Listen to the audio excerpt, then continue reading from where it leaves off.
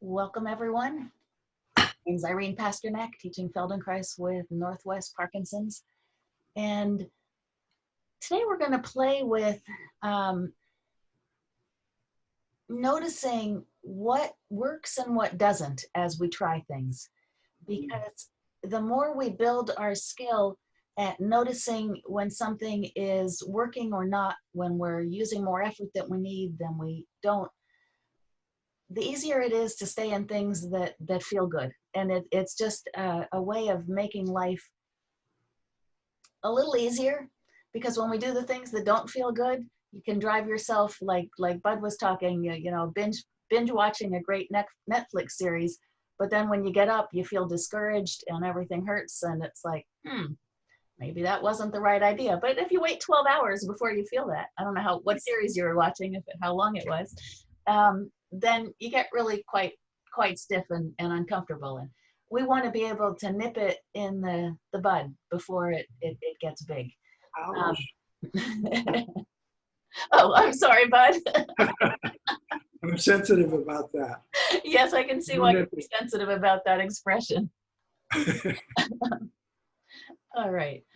So I am going to, before I mute everybody, what are some of the sensations in your body if you're doing something the hard way? What are some things you might attend to? We've talked about this a little bit in previous lessons. My lower back. If your lower back is cranky, something's weird's going on, okay? Mine too. It's the first to warn me I'm not doing something right. That's your canary in the coal mine, is the lower back. Yeah. Shoulders and neck kind of hunching up. Everybody try that. Try hunching your shoulders a little, and then put them down. And now, what's the smallest movement you could make and know you're beginning to hunch your shoulders? Like, what's the very first sign of a shoulder hunch? And then let it go. So you could wait till they're up to the ears, or stop them when they go up just a tiny bit. All right. What are some other things that you may notice yourself doing? My stride length gets shorter when I try to walk. So if there's some anxiety or something going on, does that impact your stride length? Yeah. Mm-hmm. And my hip is, I had to have a hip replacement. It's a long story, but it didn't heal right. So it hurts when I know I'm not supposed to do it. Okay. So the pain in a sensitive joint will tell you very quickly something's going on here. I sometimes get pain in my hip too. I had a hip replacement in September. Okay. Anybody notice anything in their breathing? Oh yeah, I do. Like I what? breathe in short little pants when I'm not doing something right for me. So if you're trying to lift something or move something and you feel yourself with the short little pants, it's like, this is. I rethink it and try to change my breathing. That'll be something I'd like everybody to watch for today, is watch for your breathing for when you find yourself holding your breath. Okay. And some of the other things that people might do are clamp your jaw. Anybody here grind their teeth, or you might notice something going on in the jaw. And sometimes squinting your eyes, like if you're about to do something and you're not quite sure of it, try squinting your eyes right now and just feel what it feels like to feel how you kind of draw back and look at something. Okay. And then there's the other question, which is the flip side of how do you know you're doing something that helps you? What do you feel when you're doing something that is pleasurable, good? What are the sensations in your body? Relaxed. Relaxed. How do you sense when you're relaxed? What is the sensation? Something tangible.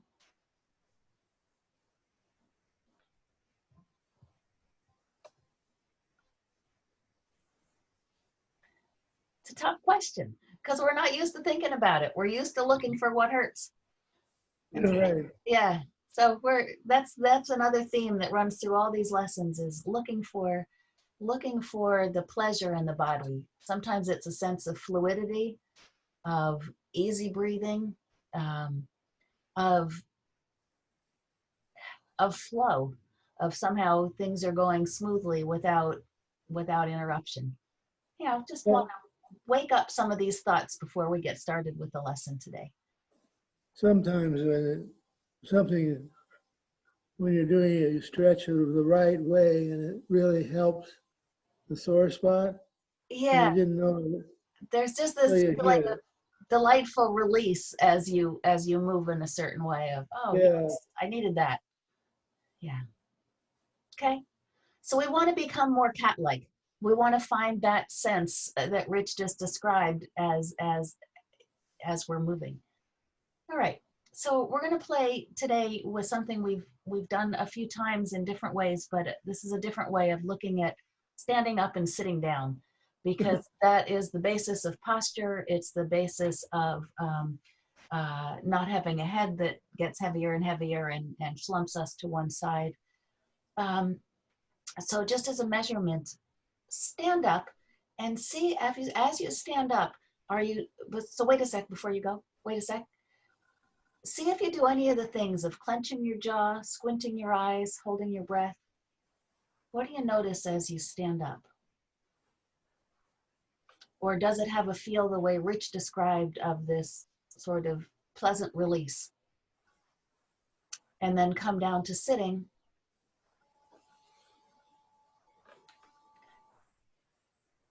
And come on up to standing again one more time.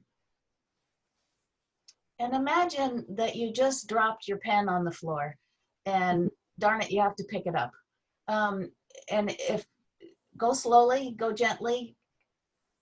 If you'll decide I'd just rather go get another pen, that's okay too. Just to see what it feels like and what parts of you, are there any parts that are going, oh, don't drop that again. That was unpleasant. The back of the knee. Lower back. Yeah. And come and have a seat again. And come and, oh, Sharon, yeah. I found that I've been bending over and picking things up off the floor. I've been trying to use my knees more and get more to a squat instead of being as rigid and stiff. And that feels good. Moving, using my legs more. Good. We're going to talk about that a little bit more toward the end of the class, because that's a place we'll all be getting to a little bit with today's lesson. So sit toward the edge of your chair where you can feel your sit bones on the chair. And put your left hand, if you had a back pocket in your pants, put it as if you were going to put your hand in your pocket, but don't actually put it, if you do have a pocket, don't put your hand in the pocket. Just in that direction, like you were putting your hand in your pocket. And slide it, if you can, a little bit further so your sit bone rests on your fingers. Some of you who have longer arms than me might be able to get your sit bone into the palm of your hand. Some it might be your fingertips, but just to find that left sit bone. Okay.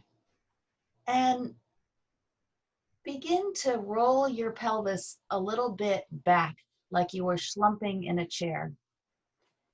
And feel how that sit bone goes toward your fingertips a little.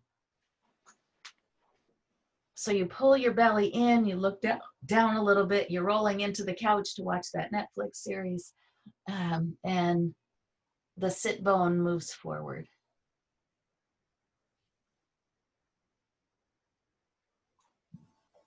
And do it many times, sensing when it moves forward, the part that rolls over your hand is kind of round and pokey. It's the rounded side. And then take your hand out for a moment. No, you can always take your hand out before I say so if it's getting uncomfortable. And see if that sit bone already feels a little different on the seat as you're sitting. If it's already softened a little bit. And then the same thing, take your hand in your left pocket, get your hand under your sit bone again. And this time, roll your pelvis forward like you wanted to reach out to taste some ice cream that's in front of you, or to smell something smells good in front. And that will tip your pelvis a little forward. And with your hand, help your sit bone go a little backward. And if you can get your hand a little bit more forward, so some fingers are in front of the curve of the sit bone, you'll begin to feel that there's a flat spot in the sit bone. As the sit bone goes from the rounded part in the back toward your pubic bone in the front, there's a spot where there's like an 1 or 2 inch long flat spot.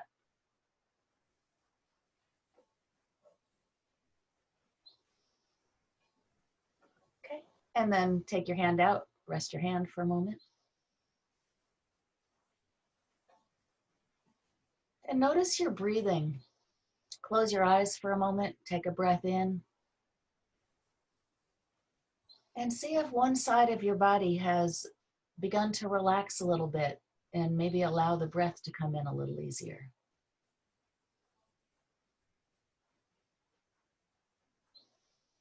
And take that hand in past the pocket down to the sit bone again. And this time, use your hand to help your sit bone draw a line forward and back on your chair. If your sit bone was a pen, it can draw a line forward and backward. And it helps, your head's gonna need to move for that to happen. As your head moves forward, your sit bone can go backward. As your head moves back, your sit bone can tuck forward. So there are many ways to do this. You could do it all with your belly. When you pull your belly in, your sit bone moves forward. When you push your belly out, your sit bone can move back. Okay. And rest, take your hand out.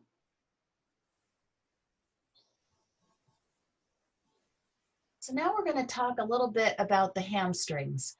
And the hamstring muscles are on the back of your thigh, and there are 3 of them, one in the middle, one a little toward the outside, and one a little toward the inside. So, and they attach right on the round part of your sit bone. So if you put your hand back under to the round part of your sit bone,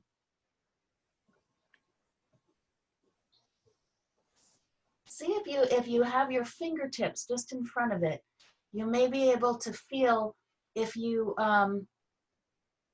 move your knee a little forward and back, you might feel a little bit of muscular connection. You can feel the attachments a little bit. Okay. And take your hand out.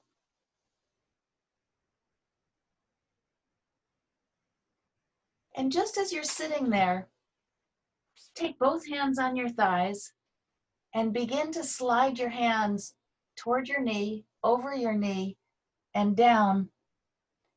And feel if there's some difference in the way it feels on the left and the right. Perhaps one hand can go down a little easier than the other hand. Perhaps one sit bone seems a little smarter. It knows how to lift a little bit as you go down. One hip might bend a little. And then stand up and walk around a little bit and try and trace in your mind's eye what your left sit bone is doing as you walk.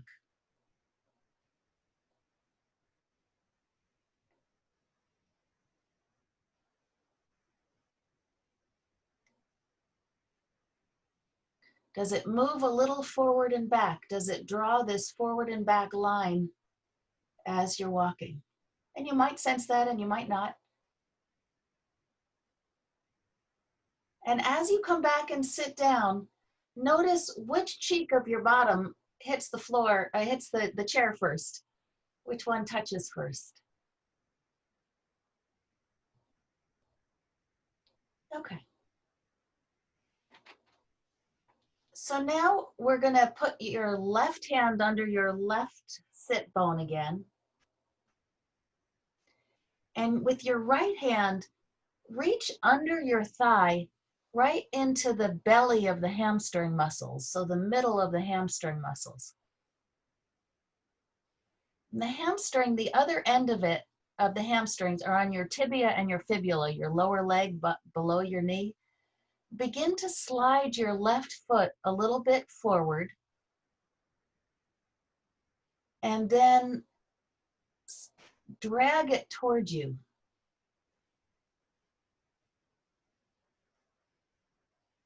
So you're going to press your foot down in front of you. You send it out to the front, and then with a little pressure on it, drag it, and see if you can feel the hamstring muscles contract in your leg.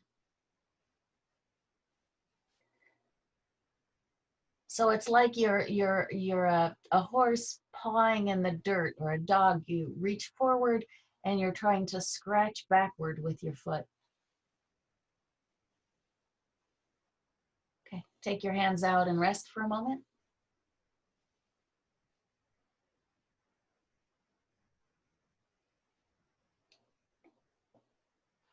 Put them back in, left hand under the sit bone, right hand under the thigh.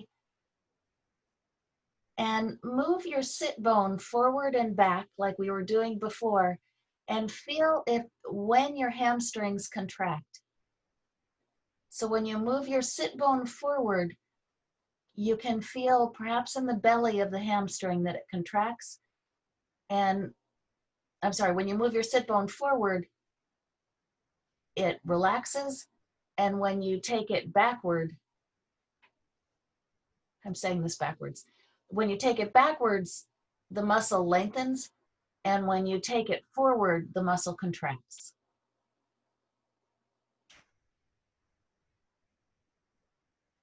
And if you feel for the tendons behind your knees, you can find one tendon toward the inside of your knee. And then if you reach around, you might have to reach around your thigh the other direction. You can find a tendon toward the outside of your knee. And those are where the hamstrings come into the lower leg. And so when you're sliding your sit bone, you might be able to feel a change in the tension in those tendons.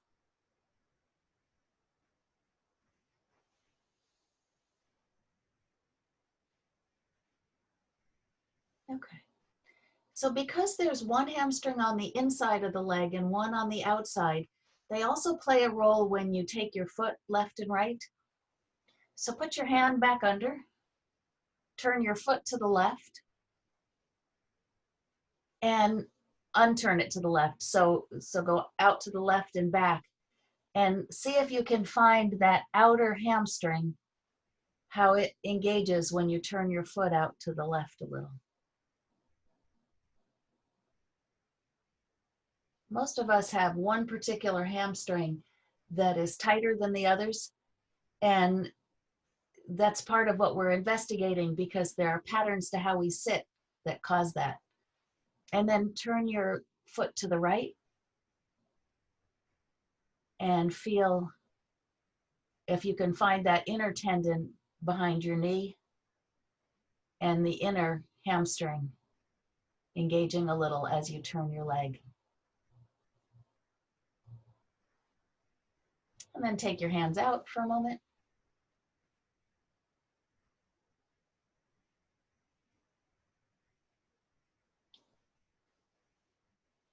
Put your hands under again on the left side. And this time, when you reach your foot in front of you, so you slide your foot away from you, turn it a little bit out, and then drag it in, and see if that makes it easier to find that outer hamstring. So the foot's out in front, it's turned outward a little, you put a little weight in it, you drag it back in, and that hamstring is what does it. And then turn your foot in a little and drag it in, and you'll find the inner one engages.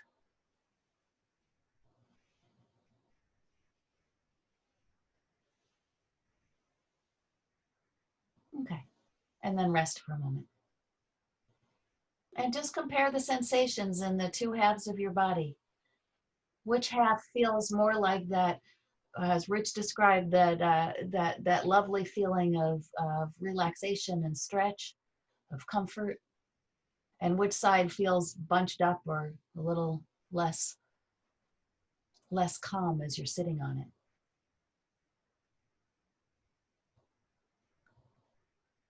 Okay.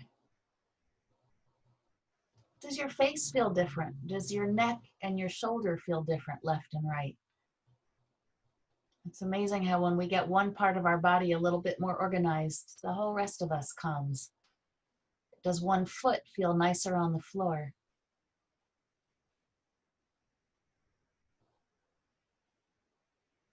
And come up to standing for a moment and feel if you're coming up to standing feels a little different on that side. And imagine dropping your pen and imagine it was a little bit to the left or a little to the right. Which way would you want to go down to pick up the pen right now? Does that hip and knee fold a little easier?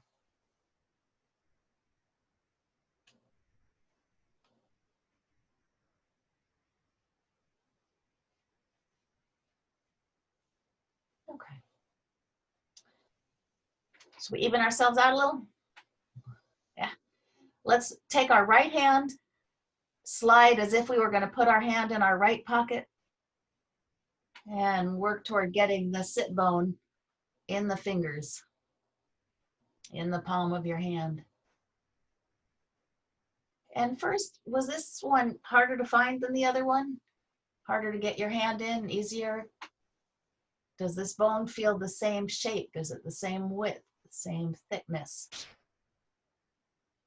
And begin to draw that line on your chair by taking your sit bone forward. You can do it by pulling your stomach in, or as we learned on the other side, by contracting your hamstrings. And then if you push your stomach out, there's a way you can take the sit bone and draw the line backwards and go onto that front flat surface. And alternate pulling the sit bone under and drawing the line forward with it, and then drawing the line backward with it.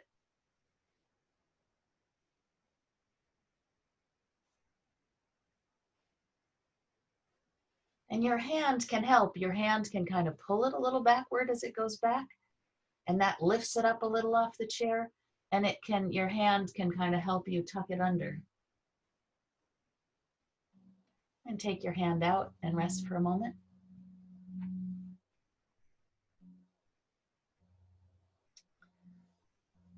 Let's for a moment put both hands under the thigh on this side.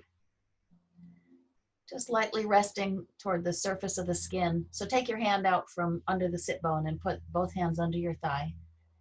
And slide the sit bone forward, and so the hamstrings engage, and then slide it back so they release. You could try putting your hands on the tendons by your knee and feel when those tendons relax as the hamstring lengthens and when they tighten. Or you could put your fingers in the belly of it. So by tucking your sit bone forward, you shorten the hamstring, and by sliding it back, it lengthens it.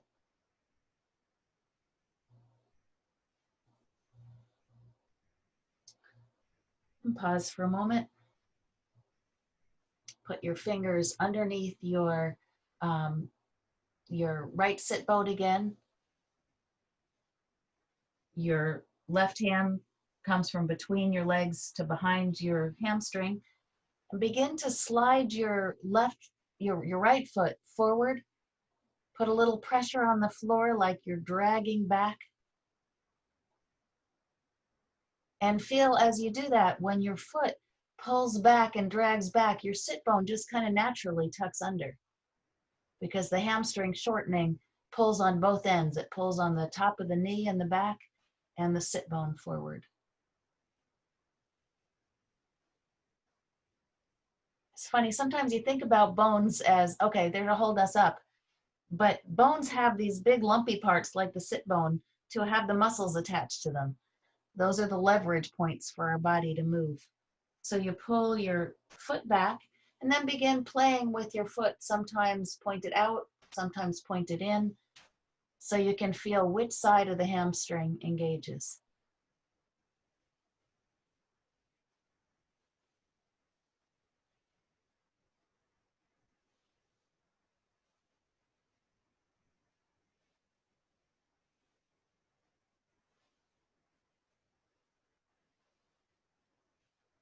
And rest for a moment. And see if this side has begun to relax like the other side, that there's a calmness in your bottom as you're sitting.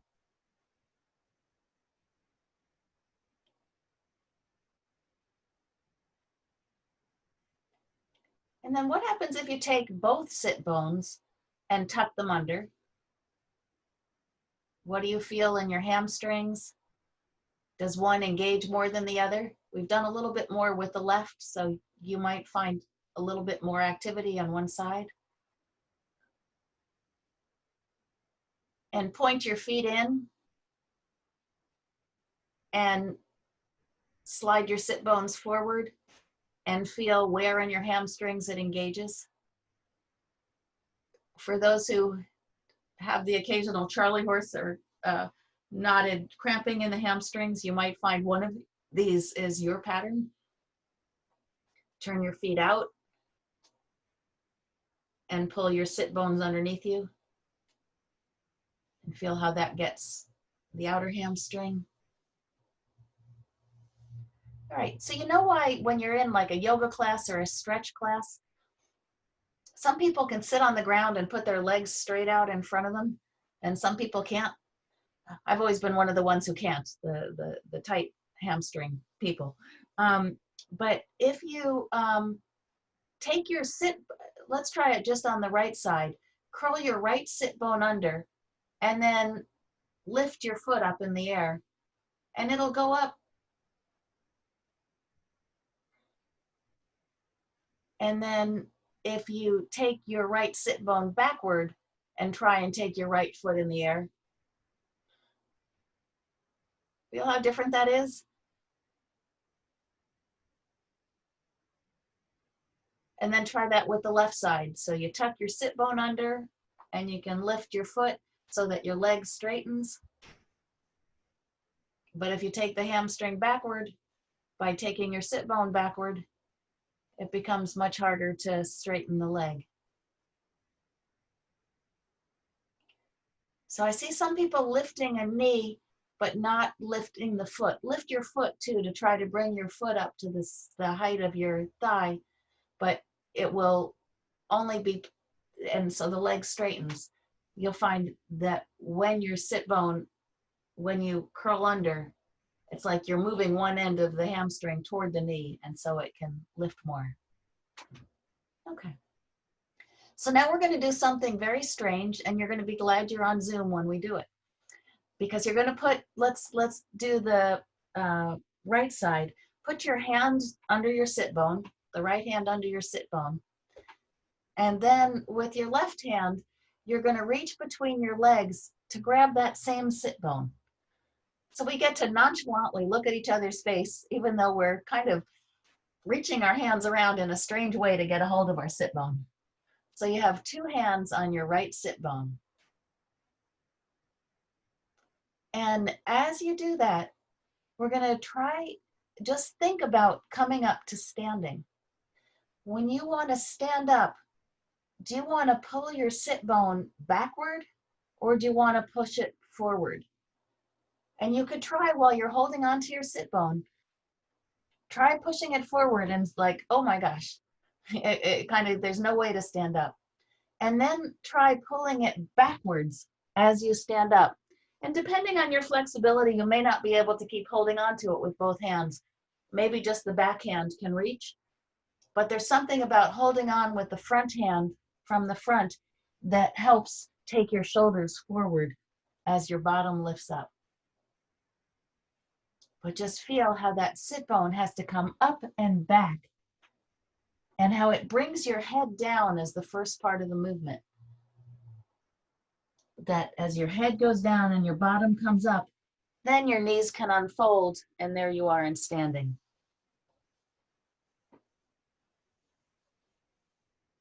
And try it again with that sit bone coming forward. And it's just like, ah.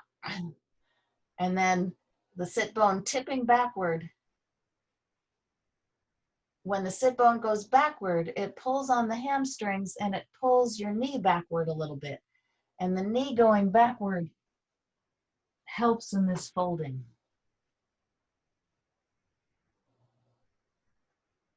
And then just let go of your sit bone and stand up. And see if you came up a little bit more on the right side. So let's try this on the left side. Your left hand under your sit bone. Your right hand reaches from between your legs. So both hands are on the sit bone. And you experiment with pulling it forward to stand up or pulling it back and up.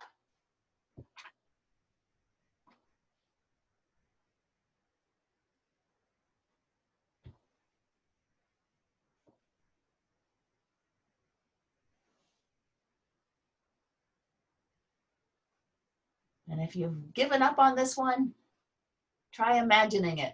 Try imagining somebody else who has their hand there, pulling your sit bone up and back. You know, if reaching around yourself is too hard, you can, or even if it's not, everybody try sitting down, imagining two people with their hands on your sit bones.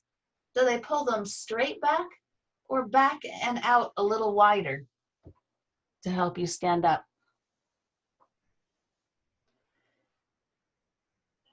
So for the rest of your life, you're going to imagine these two imaginary hands under your sit bones, pulling them backwards and wider.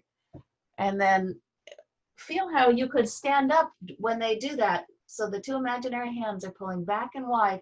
You could lift your bottom just an inch off the chair and then set it back down.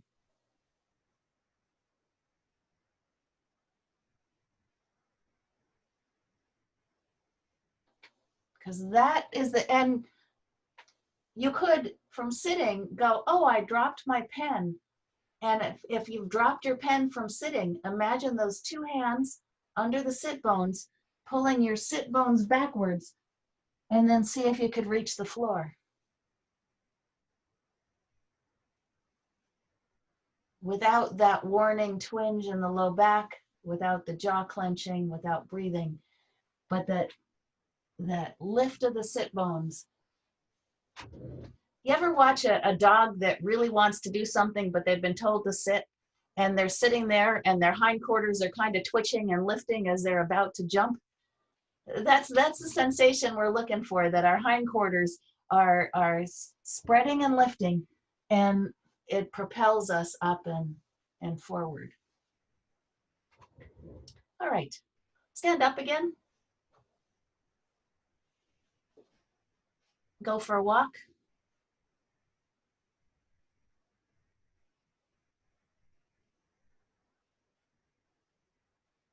And see if you can sense, try where your sit bones are as you walk.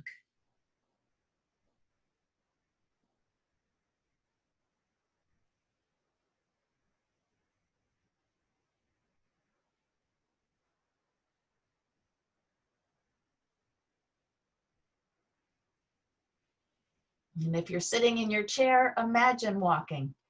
And as you close your eyes and imagine going for a walk, your chair will give your sit bones some sensation feedback.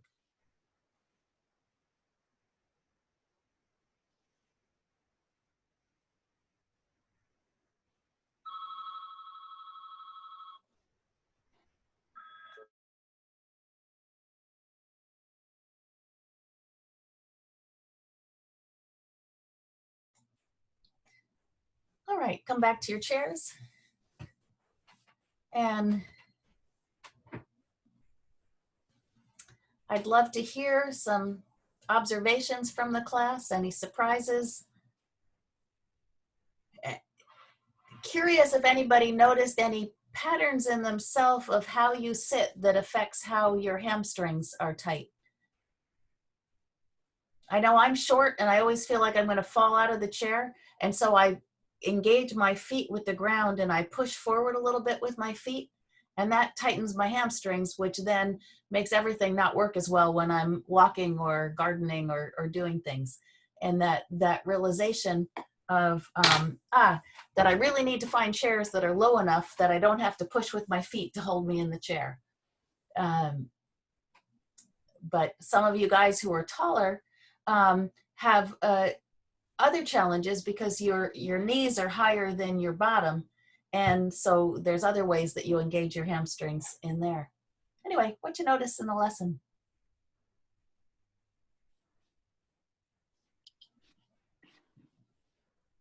Scott.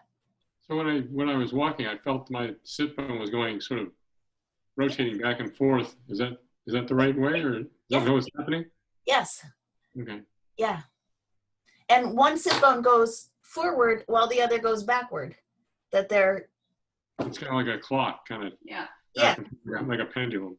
And when you walk that way, when one goes forward and one goes backward, your body is alternating between flexing and rounding on each side of your low back.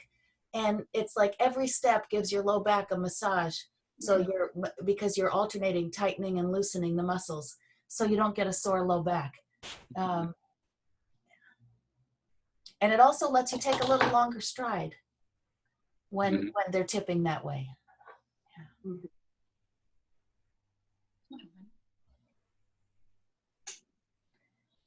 Elizabeth. Yes, I noticed that my hamstrings and tendons are just really super tight. I mean, they're cords that you can feel, and they don't seem to ever get soft. So that means that there's something you're doing in your daily life where you're engaging your hamstrings maybe when you don't need to. So and did you notice a difference between the inner, medium, middle, and outer hamstrings and the tension, or are all three tight? All three of them are tight. Okay. One tighter than the other. One side of you. So do you, when you sit, do you keep one foot in front of the other a little bit? Not sure. Okay. And do you put that little bit of pressure into the floor going forward with your foot? Because if you sit braced with your foot that way, that can tighten the hamstrings. Or if you sit with your legs crossed under you, your ankles crossed, that can tighten hamstrings. Or I don't cross my. Some women sit, we sit with our knees together and our feet out, and that can tighten hamstrings. So it's looking for the sensation of the most looseness in the hamstring while you're sitting. And observe yourself this week and see if you can, what habit might you have that where you engage them when you don't need to. Okay. Yeah. Thank you. Mm-hmm. And then know too that just that little thing we played with of drawing a line with one hamstring on your with one sit bone on your chair. If you do that, it alternates loosening and tightening, and you usually end up with a looser hamstring. So did they loosen a little bit during the class? Yeah.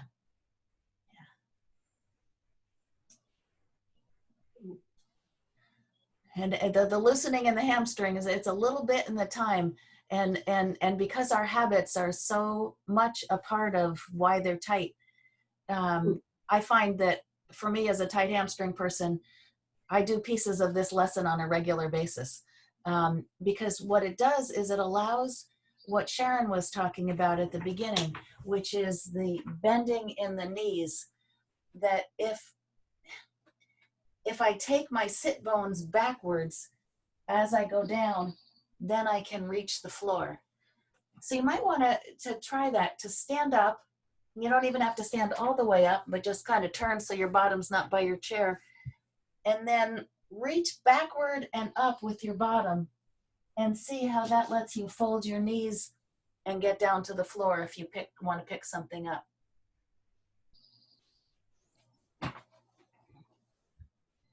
It's a lot less stress on the hips and the low back and on the knees when everything folds like that. With the more the hamstring goes back. And this is your basic counterbalance. The bottom's got to get way back for the front to come down.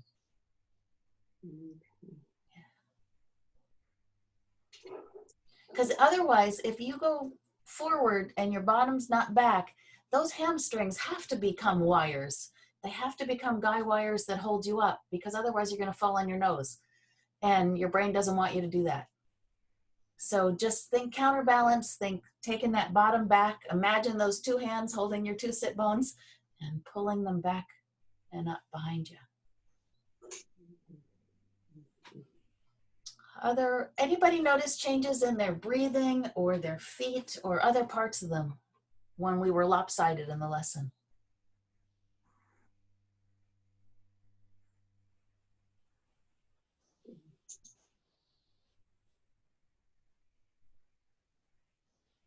Looks like no on that one. Okay.